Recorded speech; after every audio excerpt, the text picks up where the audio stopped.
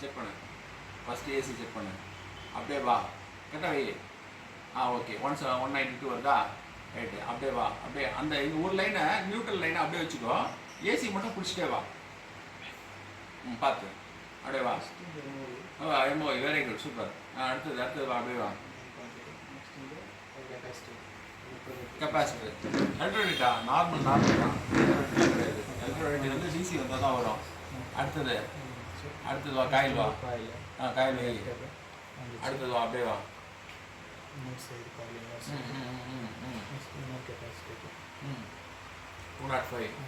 Okay. அடுத்தது அது check very good. அது செக் பண்ணலாம் ஒன்றும் இல்லை, அதெல்லாம் ஒன்றும் ப்ராப்ளம் இல்லை. எவ்வளோ வருது?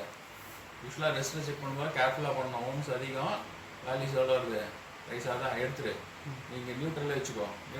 ஒரே லைனில் வச்சுக்கோ. அப்படியே வா. அடுத்தது வா. அடுத்தது வேறு என்ன காம்பனண்ட் வருது?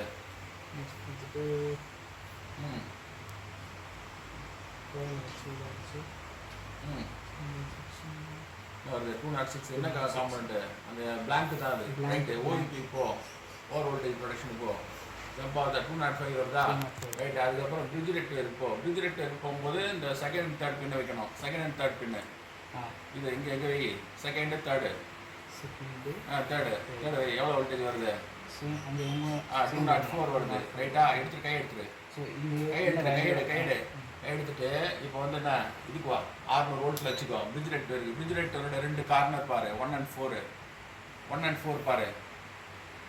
1 and 4 வருதா? எவ்வளோ வோல்டேஜ் அது? மைனஸ் ப்ளஸ் மாற்றிருக்க. பொலாரிட்டி மாற்றிக்க. சேஞ்ச் பண்ணு.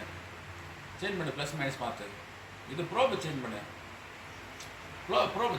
மாற்றுன்னு சொன்னேன். அது மாற்றனாலும் அவங்களுக்கு புரியும். பிகினிங்லேயே தப்பு செஞ்சால் அது மாற்ற முடியாது. அதில் 279 வருதா? ஏன்னா லோ வோல்டேஜ் வருது, அதனால தான் அப்படி வருது. கெப்பாசிட்டி டிசி கெப்பாசிட்டி போ. கையில் டிசி கெப்பாசிட்டி போ.